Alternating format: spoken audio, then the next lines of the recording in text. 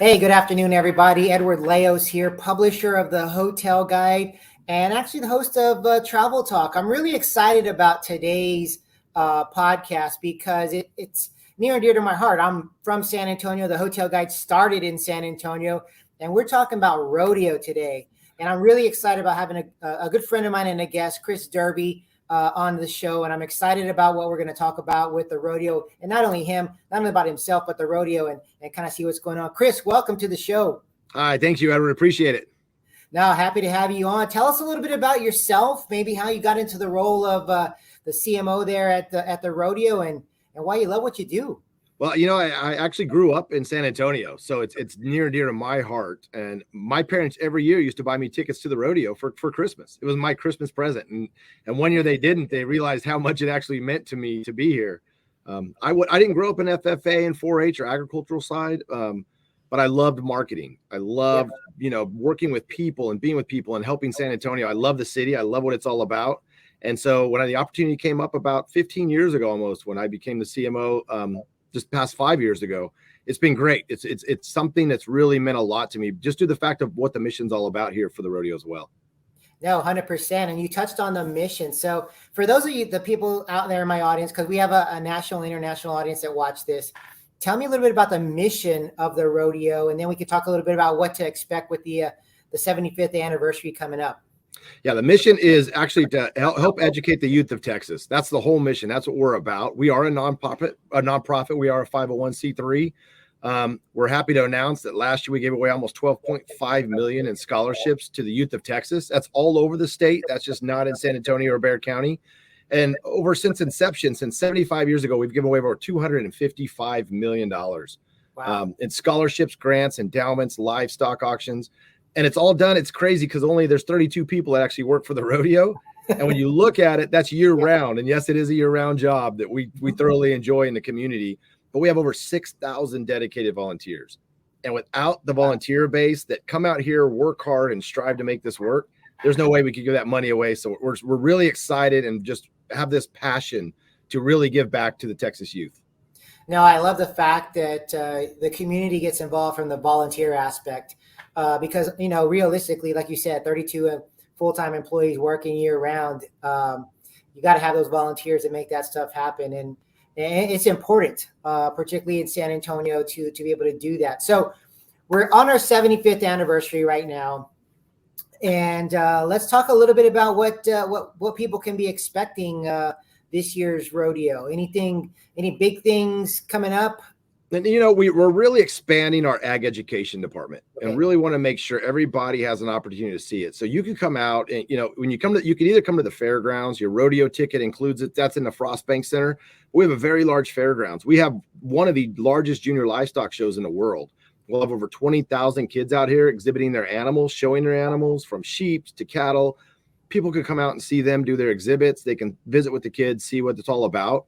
We will have the baby chicks, we have the petting zoo, but we also have ag education about how it really helps out within the country. A lot of kids come out here and they're thinking all their food comes from HEB, which is our grocery store locally, or a grocery store, and they don't realize, wow, this is really where it comes from. This is how it's grown. So we're really going to try to educate everybody that comes out to the grounds all about agriculture. I mean, we take over the Frost Bank Center for 30 days out here, and that's where the San Antonio Spurs NBA team plays. But the leather on the basketball is ag driven. I mean, that's all driven through agriculture. The wooden floors, it's all agricultural driven in those. And even the jerseys that are sewn made out of the cotton. So that's really, we're going to have an ag education that shows that ag education is everywhere. And the neat thing about our event, is it's not just all FFA 4-H animals. We have speech competitions. We have food competitions. We've got agrobotics now. We've got ag mechanics, kids building trailers and picnic areas, and it's just it expands so large now that we're excited just to show everybody what we're all about this year. No, that's amazing. I didn't even know that. So definitely food. I know when I go to the rodeo, food is always on my mind. When you're there, and the educational aspect is hugely important too. And so I remember as a kid just being able to kind of go and see those things, but as you grow up, you're looking at different ways to impact the community. And I love the fact that you have the new things that you were just talking about. I didn't even know about the robotic side of things. That's and the speech side of things. That's huge. Yeah, it's really neat for everybody to come out and see those. And then we always have the fun stuff. You know, you got the carnival. We've got 250 plus shops. People come out and buy anything they want. This Western heritage lifestyle is all over the grounds everywhere. We have free shows. So when you come out and you pay your gate admission, there's going to be a Purina dog show. There's what we call busting in the barn. It's where little kids, anybody could come out now, and your child between the ages of 4 and 7 can ride the sheep now on our grounds. It used to be only in rodeo, and now you can come out and do it on the grounds. We'll have longhorns. We'll have horses out here for people to see horse show events that take place in the Freeman Coliseum where the rodeo originally started. So that's all included with your grounds admission this year. Nice. And so give me the dates of the rodeo as they're coming on tap. You mean the dates of the rodeo will be Yes. February 8th through the 25th. Okay. The rodeo is actually 22 rodeos, and the rodeo goes from 8th through the 24th, but we still have our family day on the 25th where everybody can come on out and enjoy the grounds.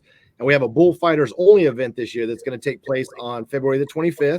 What that is, we have professional bullfighters that will compete inside the Freeman Coliseum, where you just put a bull in the ring and they have style points. So it's pretty interesting to watch, but it's definitely fun. And it's just included with your grounds admission on family days. So come on out and just have a good time. That sounds like really fun opportunities. What are some of your most favorite memories about the rodeo? I know you said, those are your Christmas gifts. What were some of the ones that stuck out to you growing up and such? Yeah, I get this question often. I'm going to tell you, there's this one I always refer back to, and it was my most memorable moment. And sometimes I'm not going to tear up on it because sometimes I get into it, but it was very patriotic back in 1990 when we were in the Freeman Coliseum, which we originally started, and they're celebrating their 75th this year as well. Garth Brooks was the entertainer at that time. And it was when we went to Desert Storm, and I had a lot of parents' friends at that present time that were at Desert Storm and going through it. And I remember Garth Brooks came out and the gates swung open and it was this big bright light. And all you hear is a guitar just kind of jamming a little bit. And he walked that entire arena holding this giant American flag. And to see everybody stand up and just be patriotic, I mean, it's dear to my heart. I'll never forget that moment. So that was probably the coolest moment.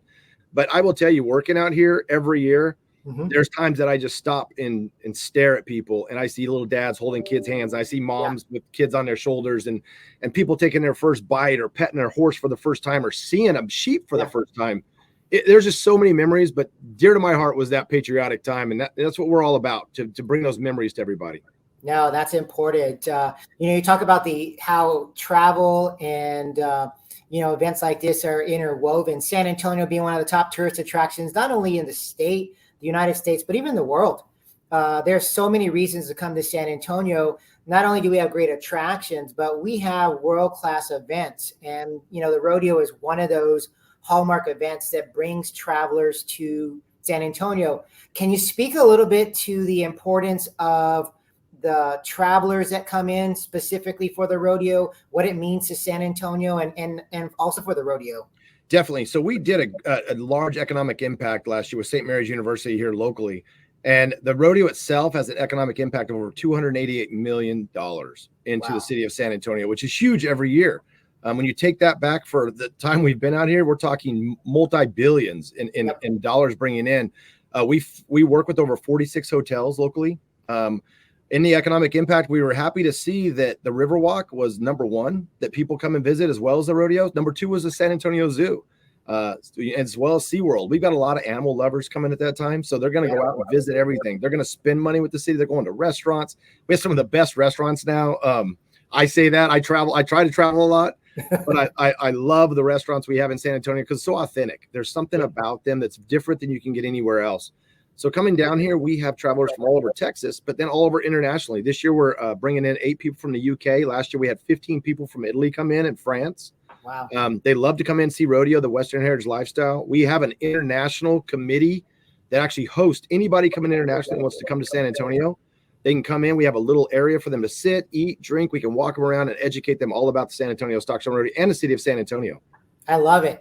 So you basically becoming ambassadors for the city, utilizing the event. And that's the power of, and that's what I love about San Antonio, being in the hospitality industry for the last 31 years with our magazine, is we all work together. And that doesn't always happen in all major cities. And so the fact that we're able to do that, I think, is hugely important. You talk a little bit about traveling. So I'm going to ask you the personal questions that I always ask all my guests. What are some of your favorite places you travel to? That's number one. And number two, you got a bucket list of some place you want to go, some places you'd like to be, and visit before? There are. I mean, I'm kind of, I don't want to say I'm lame, but my favorite place I go every year is Las Vegas. That's me locally. I enjoy it because it's always you get lost and there's something to do. Oh yeah. But this past year I was happy to, we actually visited New York and Washington, DC with my family, and I'd never been to DC with my kids. And it was really eye-opening for them to see it and understand what, all the museums up there and things, there's the things to do. It was really cool. I think it's a great family place to go. And I didn't realize that. And definitely every good beaches. My ideal place I really want to go to is Ireland. Never been, want to go. I'm a big Ireland land, just the way it looks and the pictures I see. And just, I've heard the people are really great there. So I'd love to go check out Ireland. Yeah. So yeah, there's lots of different things I'd love to do. I do try to travel as often as possible. And the one place I've never been, which I'm going next year, is going to go to Nashville. I've never been to Nashville, and I've got to go check it out. You think with all the country entertainers and the music we have coming out here and all the Cowboys, I'd be there. But this year I am going to Nashville no matter what. I'm going to make it happen somehow. That's nice. And it's funny because I used to live in Southeast Missouri for a little bit, and I traveled to Nashville for a meeting. So it was a 3-hour drive. The meeting was 4 hours, and then I drove back. I was in Nashville for 4 hours. And when I was there for 4 hours, I fell in love with the city.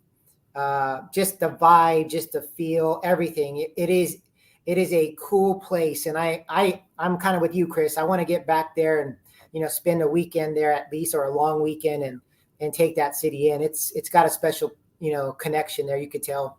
For sure. Yeah, definitely. Well, maybe we can go make a trip together, huh? Yeah, that'd be fun. Definitely going to write about it in the magazine too. So that'd be kind of a cool thing too. So as we're wrapping up, we're closing things up here.